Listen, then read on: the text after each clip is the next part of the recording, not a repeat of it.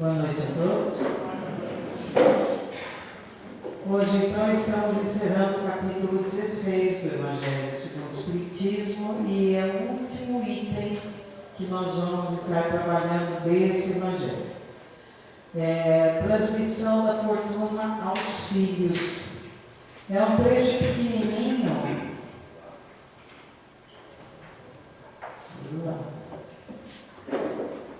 Isso. Então, este trecho do Evangelho é curtinho, né? Vamos aí uma lidinha.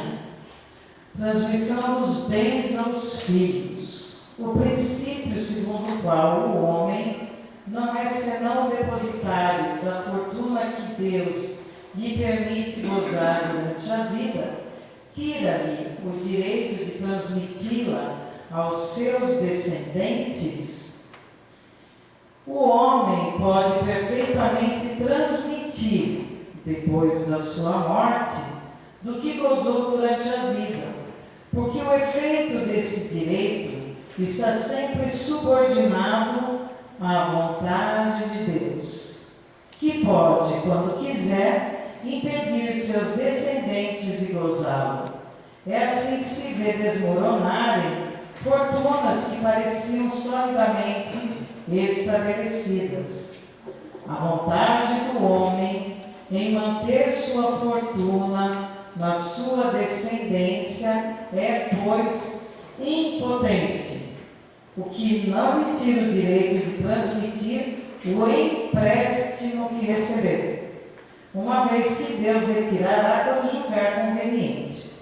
Então, nesse trecho do Evangelho, nós vamos estar destacando aqui algumas coisas: vontade de Deus, vontade do homem, sermos impotentes e o empréstimo que recebemos. Então, para a gente falar um pouquinho sobre a vontade de Deus, vamos querer compreender o que é Deus. É a primeira questão do Livro dos Espíritos. Quando Kardec pergunta: que é Deus? E os Espíritos respondem: Deus é a inteligência suprema, causa primária de todas as coisas. Se Deus é a inteligência suprema, causa primária de todas as coisas, vamos compreender um pouquinho o universo. Isso vai do micro ao macrocosmos. Então, saiu da cabecinha daquela moça, o zoom está indo para o espaço, nós estamos nos distanciando da Terra em quilômetros, já não enxergamos mais, já estamos vendo o nosso planeta Terra, as outras galáxias, a Terra, a Lua. E aí nós vamos nos afastando, todos os outros planetas. Enfim, estamos começando a ver a Via Láctea.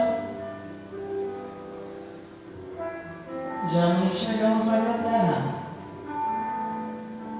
Sol. Estamos em outras galáxias, estamos no universo. Estamos a milhões de anos-luz, toda a Via Láctea, o Sistema Estelar, outras galáxias, Andrômeda e o Cosmo. Agora nós vamos voltar. É bem rápida a imagem, então quem adorou aí, né? Para voltarmos aonde essa moça estava.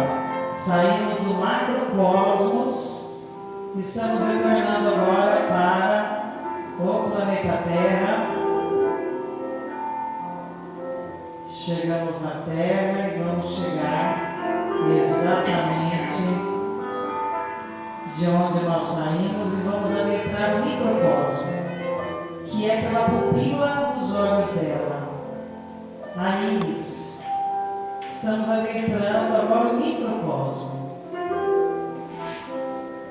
As células linfáticas,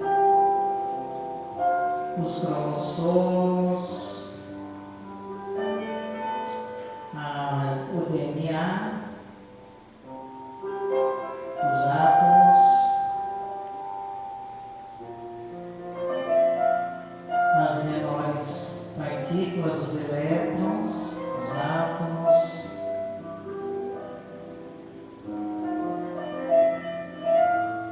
o nêutron, o próton, os quarks, menor partícula da matéria, os quarks. Muito bem, em 3 minutos nós fizemos essa viagem do micro ao macro. Isso tudo só foi possível a partir do momento que o ser humano foi desenvolvendo a inteligência, foi desvendando esses mistérios da nossa natureza humana, tanto do universo quanto do microcosmos. Então, quando Kardec pergunta o que é Deus, e os Espíritos nos respondem como inteligência suprema, causa primeira de todas as coisas, o que é que a gente entende de Deus? Como a gente pensa Deus? Como nós percebemos? Nós fizemos uma viagem do micro ao macro, e a hora que tiver uma lente mais poderosa, avança, vai um pouco mais distante nas galáxias que a gente vai conseguir perceber. E hoje a gente já sabe que a menor partícula da matéria é o quarks. Como é possível essa criação? Como a gente compreende essa inteligência? Como a gente pensa em Deus novamente? E a palestra de hoje a gente pensar sobre a vontade de Deus. Como é que a gente entende isso tudo? Como que é a vontade de Deus? Olha que a gente tem outras ideias, a gente tem algumas definições, e que quanto mais a gente quiser definir Deus, mais nós limitamos. Toda definição limita. Como a gente não sabe definir, e os Espíritos então nos dão sobre inteligência. Então, inteligência é a capacidade de criar coisas. E daí a gente vê essa criação, o DNA do ser humano. É a coisa mais fabulosa que existe. Os homens da ciência até hoje estão estudando e não conseguiram ainda compreender toda essa criação. Não é? Daí a gente vai aqui na outra questão, que é a questão na sequência número 4 do Livro dos Espíritos. Como é que a gente prova a existência de Deus? Nós nunca vimos. A gente não pega, a gente não tem a imagem. Como é que a gente prova a existência de Deus? E os Espíritos então nos respondem. Onde se pode encontrar a prova da existência de Deus?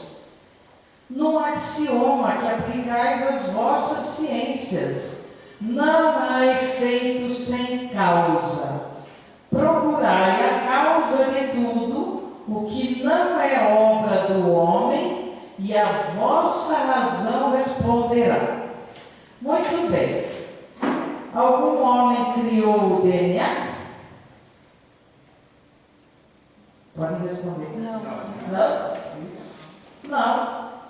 Algum homem criou Plutão, Vênus, Netuno, Sol, a Lua?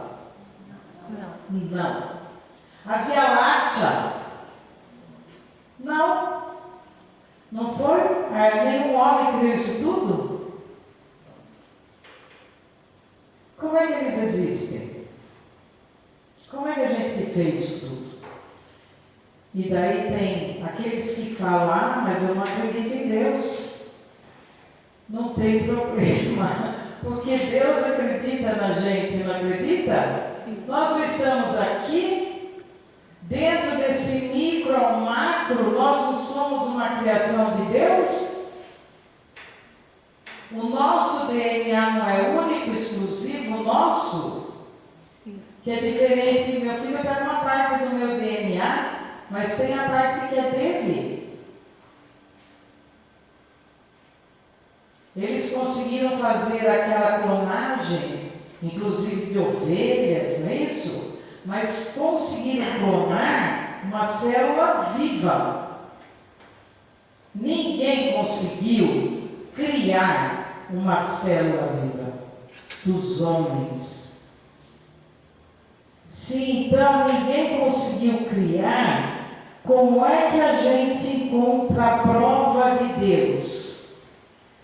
Brinquem um pouquinho no YouTube. Tem vídeos, eu peguei o mais rápido, 3 minutos. Tem vídeos fantásticos que vai na menor partícula das plantas e vai até onde se pode alcançar no nosso universo. E que prova mais a gente quer da existência de Deus? Qual é a dúvida? A gente teria mais alguma dúvida? Pode falar. Não. Porque só com esse simples vídeo de 3 minutos, ninguém consegue fazer uma criação dessa natureza. Quem já olhou o mar? Como ele pode, né? Uma imensidão de mar daquela. Foi algum homem que criou? Se a gente pega uma sementinha de qualquer coisa e resolve plantar, isso vai brotar, vai crescer, mas a gente não consegue criar uma semente. Pegaram sementes que estavam lá nas pirâmides do Egito, né? De 4.000 anos lá, acharam sementinhas, plantaram, e a semente brotou. Mas nenhum ser humano cria uma semente. Cria uma molécula, cria um átomo.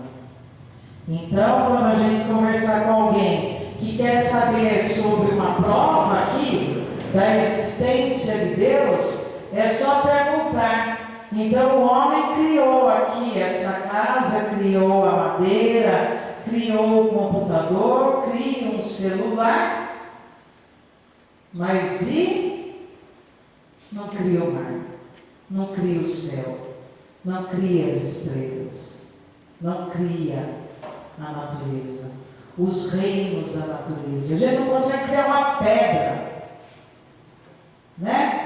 A gente pode criar um filhinho, um filhotinho que nasceu, daí nasceu do cachorrinho, a gente vai lá e cria o bichinho, alimentando tudo, mas a gente não cria o cachorrinho,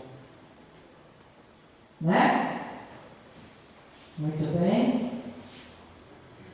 Então, qual é a vontade de Deus? Que coisa, né? Nós temos esse mundo, esse universo fantástico. O que é que Deus espera de cada um de nós? Qual a vontade dele para ser colocada no Evangelho? Muito bem. Antes de encarnarmos, somos espíritos, estamos no mundo espiritual, tem um planejamento reencarnatório para cada um de nós, baseado na história e vivência de nossas individualidades como espíritos. E daí a gente vai fazer o quê? A escolha das provas. Vamos lá. Questão 258 do Livro dos Espíritos. No estado errante, antes da nova existência corpórea, o espírito tem consciência e previsão do que lhe vai acontecer durante a vida. Então vamos lá, estado errante é enquanto nós não encarnamos, estamos na erraticidade. Enquanto nós estamos lá, a gente sabe o que é que a gente vai viver? E os espíritos respondem. Ele mesmo escolhe o gênero de provas que deseja sofrer. Nisso consiste o seu livre arbítrio. Então aquela turma que fala assim, ah, você não me escolheu como mãe? Dançou, escolheu sim. Escolheu sim. Eu não escolhi vir para o mundo. Escolheu sim. Ah, eu não escolhi a família que eu estou. Escolheu sim. Né? Escolhemos antes de encarnar. E a hora que nós estamos no mundo espiritual, nós temos uma percepção muito mais ampla de todas as nossas vidas. Quais as vidas que a gente teve, o que é que a gente experimentou, onde é que a gente cresceu, aprendeu, evoluiu, aonde ainda precisamos transformar, ser melhor, mudar. Não é isso? Sim, a gente tem uma visão muito mais ampla. Está aqui, Livro dos Espíritos, que respondem todas as questões que Allan Kardec fez para ele. No estado errante, antes da nova existência, o Espírito tem consciência e previsão do que vai acontecer.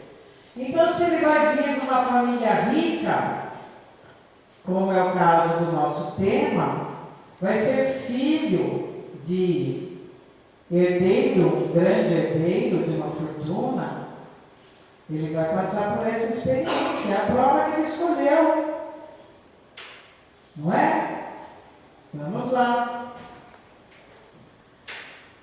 E daí? Por que é que a gente então encarna? Por que é que a gente escolhe essa prova? Por que é que a gente escolheu essa família? Por que é que a gente escolheu essa cidade, essa raça, esse país? Não é? Tudo isso foi escolha nossa. Escolhemos. Muito bem. Porque o espírito precisa progredir. É da lei do progresso. Nós precisamos progredir e as asas do espírito em amor e sabedoria. Quanto mais crescermos nessas duas asas, de amor e de sabedoria, melhor nós estamos na senda do progresso. Não é isso? Então vamos lá.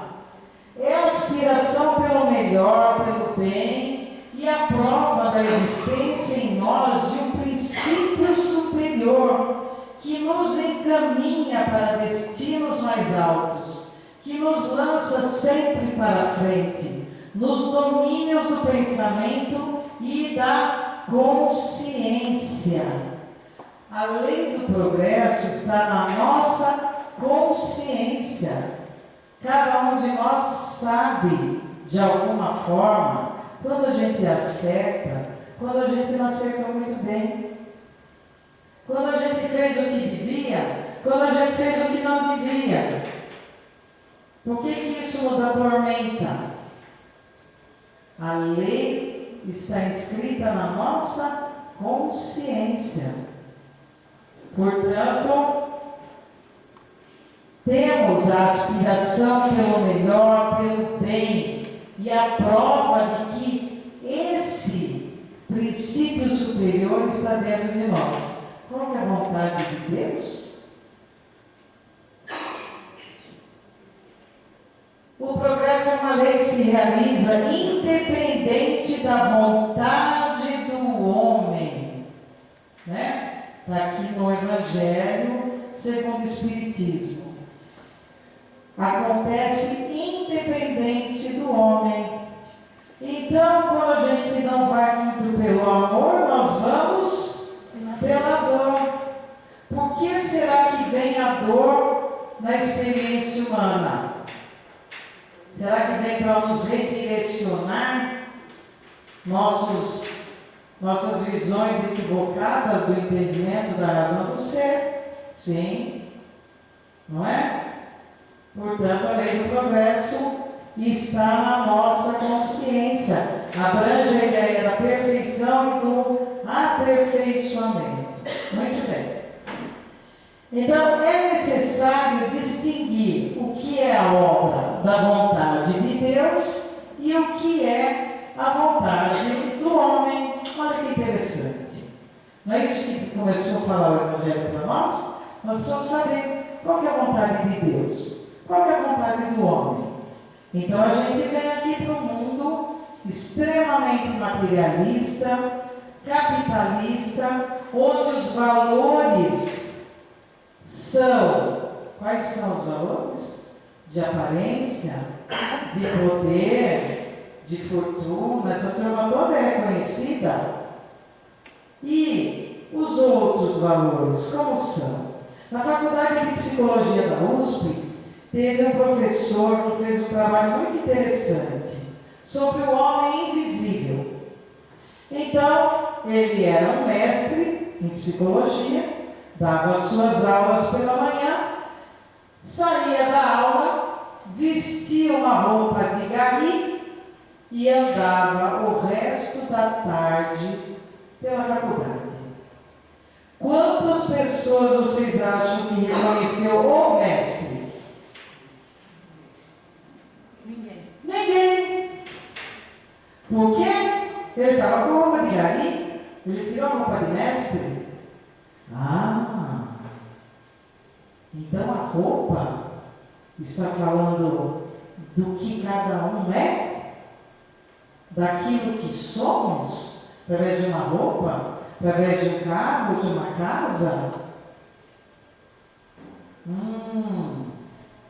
Então as pessoas mais importantes do mundo são as pessoas que têm mais bens, é isso? Não, claro que não. Porque, gente, como é que a gente vai para o caixão? Com a roupa do... Já tem marca? Pode ser qualquer marca? Cornélio Pires, nosso mentor, morreu e pediu para colocarem um pijama nele. Porque não ia ter utilidade nenhuma mesmo aquilo que foi para o caixão. Então pode pôr o pijama, que daí as roupas dele de alguma forma poderiam ser doadas, usadas por outras pessoas. Porque no caixão não tem nenhuma utilidade. Não é isso? Muito bem, então, veja, a vontade de Deus é uma, e a vontade do homem é outra? Não pode ser a mesma? Será que a gente consegue conciliar os dois caminhos? Pois nós estamos transitoriamente nesses corpos. Qual o período que a gente vai viver aqui? Não sei. Não sabemos. Né? Mas o que a gente sabe é qual é e deve ser o papel de cada um de nós para sermos dignos da vontade de Deus. Todas as religiões falam de uma única lei, que é a lei do amor. Todos. Hoje no universo do planeta tem mais de 300 religiões, cada um interpretando um pouco diferente do outro. Entendi. Daí interpreta do outro, faz outra religião, outro tipo de ritual. Mas todas falam da lei de amor. E quem veio aqui no mundo e nos falou da lei de amor foi aquele que não deixou bem nenhum. Jesus foi crucificado e estava lá com um pano envolvendo o seu corpo. Não ficou nenhuma fortuna dele aqui, mas há 2000 anos nós estamos falando dele aqui. E todas as religiões falam dele aqui. Por que é que a gente ouve tanto isso? Porque nós ainda não conseguimos aprender e viver. A gente ainda não responde à vontade de Deus.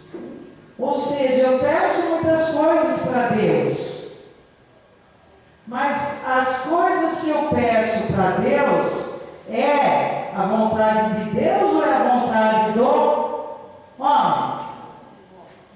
Vontade do homem. Será que é a mesma que a de Deus? Pode ser que sim, pode ser que não. Se nós estivermos caminhando, seguindo os passos de Jesus, na senda da nossa evolução, fazendo aquilo que a gente consegue fazer de melhor para nós e para aqueles que estão na vida conosco, sim, então nós estamos no caminho de Deus, a vontade de Deus. Não é isso? E a vontade do homem é qual? Viajar, ir para o lar, ter carro, ter casa, ter roupa, bolsa de 50 mil reais, sei lá. Qual é a vontade do homem? A gente acorda todos os dias, por exemplo, com aquela vontade de fazer a caridade hoje. Acorda com aquele desespero de ser mais paciente hoje. Quem faz isso? A gente acorda, olha, a gente tem que trabalhar, tem que ir no banco, pegar as crianças, fazer lição, compra de mercado, comida, não sei o quê. Isso.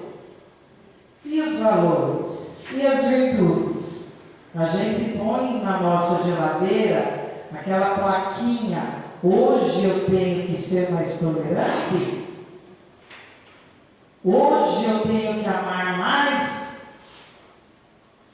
A gente põe essas plaquinhas assim na nossa guarda-roupa, na geladeira, aquelas coisas que a gente escreve. Não, hoje tem conta para pagar, tem que comprar não sei o quê.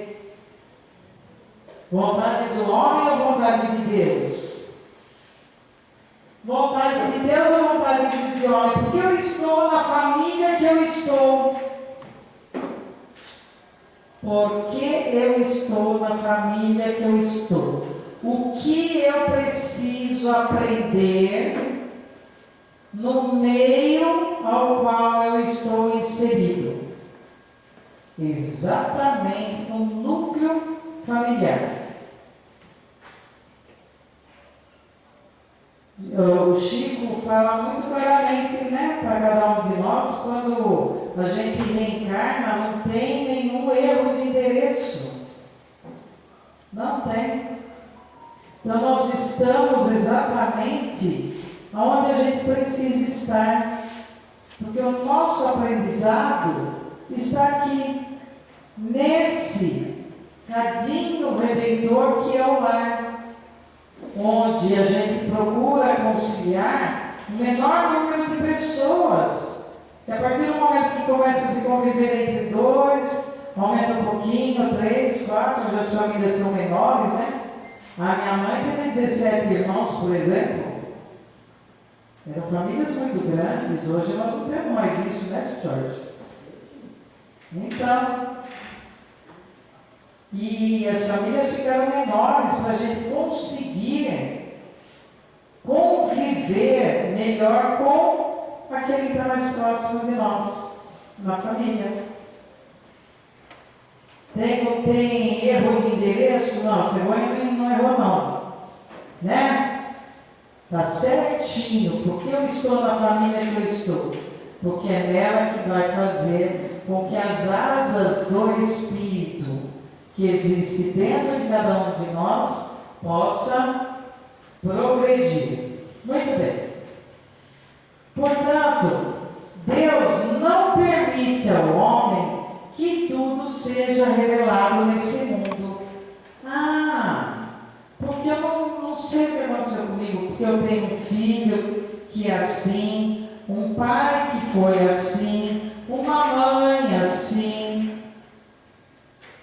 E tem muitas pessoas que vão atrás de trabalhos de regressão para querer entender a família, para querer saber de uma vida passada. Gente, se não nos foi permitido saber o que aconteceu com a gente numa vida passada, uma coisa a gente tem que ter certeza. Se na vida passada nós éramos assim, e hoje a gente está um pouquinho assim, mais um, A diferença foi pouca. Né? Nós estamos assim, que era da vida passada, para assim mais um pouquinho melhor. Não precisa procurar lá atrás, não. A gente só tem que analisar a experiência que a gente está vivendo hoje e compreender o que nós temos a aprender. O que nós temos a aprender no meio ao qual nós estamos inseridos. O aprendizado é para cada um, na sua individualidade. Não tem uma receita de bolo. A grande receita do bolo é: a vida é altamente pedagógica.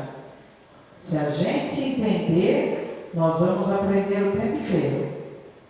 A gente não vai ficar achando ruim, reclamando, saindo do barco, porque é nele que a gente precisa estar. Né? É ele que vai contribuir para a nossa experiência. Por isso, nós não precisamos saber da vida passada. Ah, será que na vida passada eu fui muito pobre, por isso que agora eu vim muito rico? Ou será que eu sou agora muito rico e preciso entender melhor como é que lido com toda essa riqueza? Uma coisa a gente sabe: a generosidade é uma grande virtude. E esse capítulo inteirinho que nós tratamos sobre servir a Deus e a Mamon, nós compreendemos o tempo inteiro que a gente não pode servir a um e esquecer do outro, principalmente nos corpos em que estamos. Não é? Muito bem. Daí nós temos aqui uma fala da Joana de Ângeles. A vida, em todas as manifestações, é uma sucessão de testes e exames a que são submetidos os aprendizes da evolução. Joana de Ângeles é mentora do Divaldo Pereira Franco e ela faz uma abordagem muito bonita nos seus livros da psicologia espírita. E olha como ela fala, né? Aqui nós estamos passando por uma sucessão de testes, exames, que são submetidos os aprendizes da evolução. Quem são os aprendizes da evolução? Nós somos aprendizes da evolução. Se a gente for rico, se a gente for pobre, classe média, de uma cor, de outra, não importa. Somos seres humanos. Todos aprendizes da evolução. Para seguir qual caminho? A lei de amor nos passos de Jesus, que Ele nos mostrou o verdadeiro caminho, a verdadeira vida a ser seguida.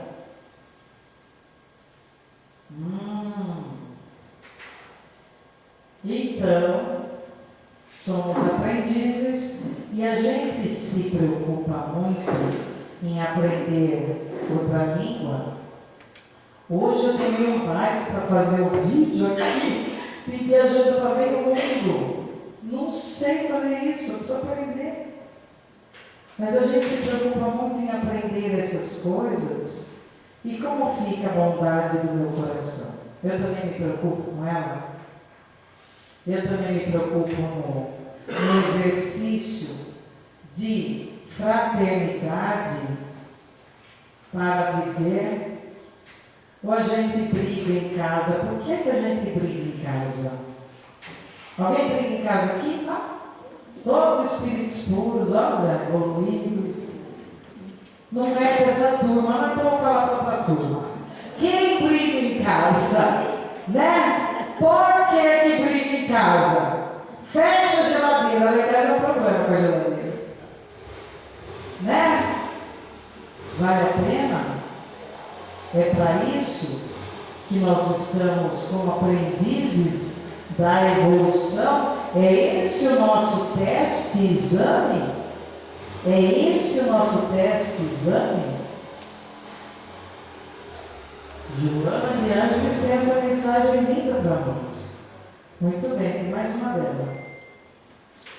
Ninguém foge aos desafios da vida, que são técnicas de avaliação moral para os candidatos à felicidade. Ninguém foge aos desafios da vida. Eu posso não querer perdoar agora? Posso. Joga para outra vida. Nós temos uma eternidade. Fica para outra vida? Tá bom. Vai lá para outra vida, tem que fazer o quê? Perdoar. Mas ainda acho que não vou querer ter novo nessa vida. Pode? Pode. E daí faz o quê? Joga para outra vida, não tem problema. A lei do progresso, uma hora, vai cobrar, porque ninguém foge aos desafios da vida. É uma lei. É uma lei, a lei de amor é uma lei. A lei de causa e efeito é uma lei. É uma lei.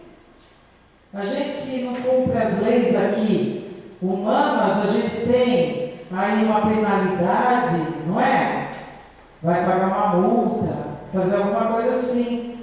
Mas a lei divina, nós ficamos ali, a gente não progride. A gente não passou de ano.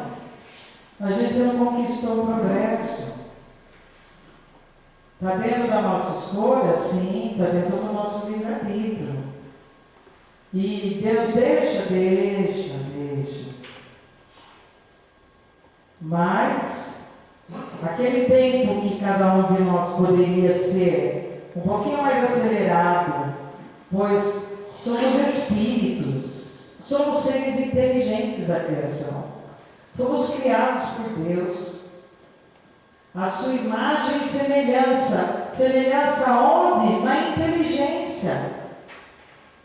E o que é que a gente faz da nossa inteligência? Quando a gente faz essas escolhas que não permite que a gente progrida, né? Ninguém foge aos desafios da vida. São técnicas de avaliação moral. Então eu vou ter sempre alguém perto, próximo, vivendo comigo, trabalhando comigo, que é o meu teste. Vamos ver se ela sabe agora. Vamos ver como é que ela vai reagir agora. Vamos ver como é que vai sair essa experiência. Passou? Não. Vai para outro teste. Passou? Passou. Olha aqui. Que legal.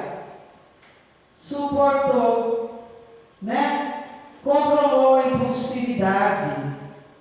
Conteve o desequilíbrio emocional. Não é?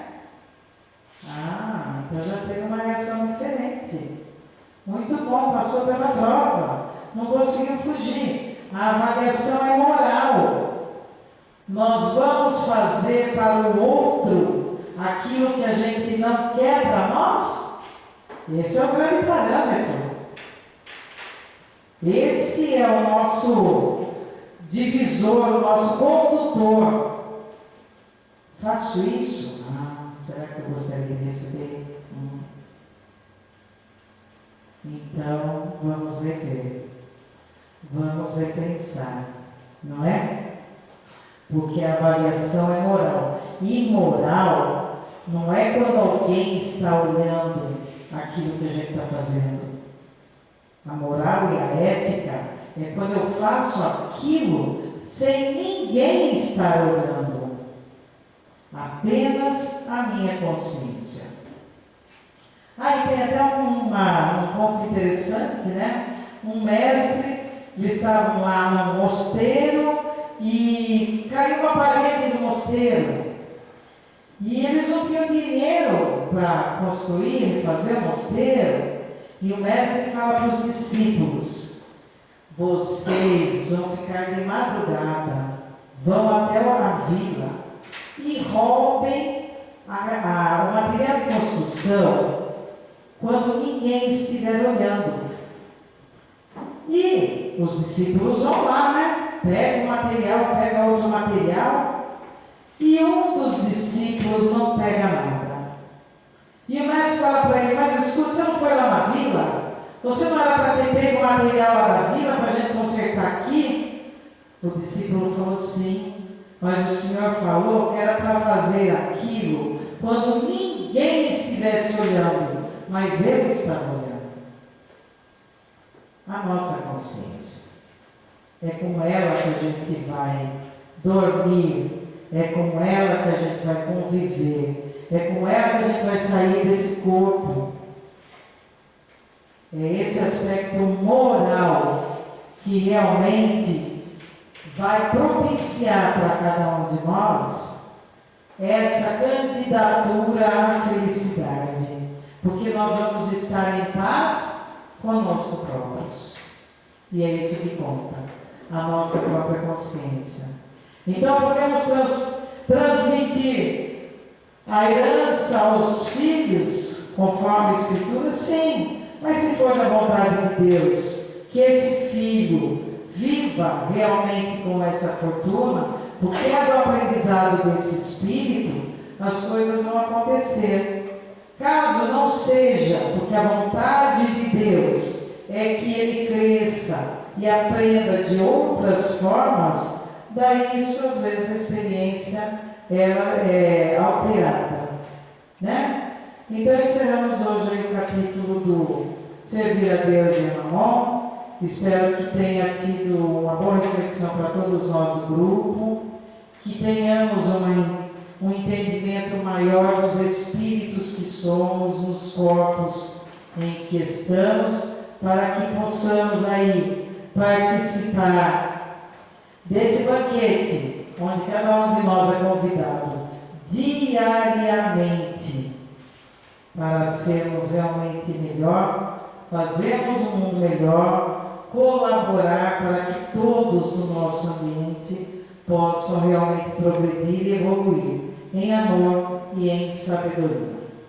Ok? Alguma dúvida, Júlio? Alguma questão? Não? Qualquer coisinha responde. Por fora. Pela Adriana lá, tá bom? Obrigado, gente. Boa noite a todos.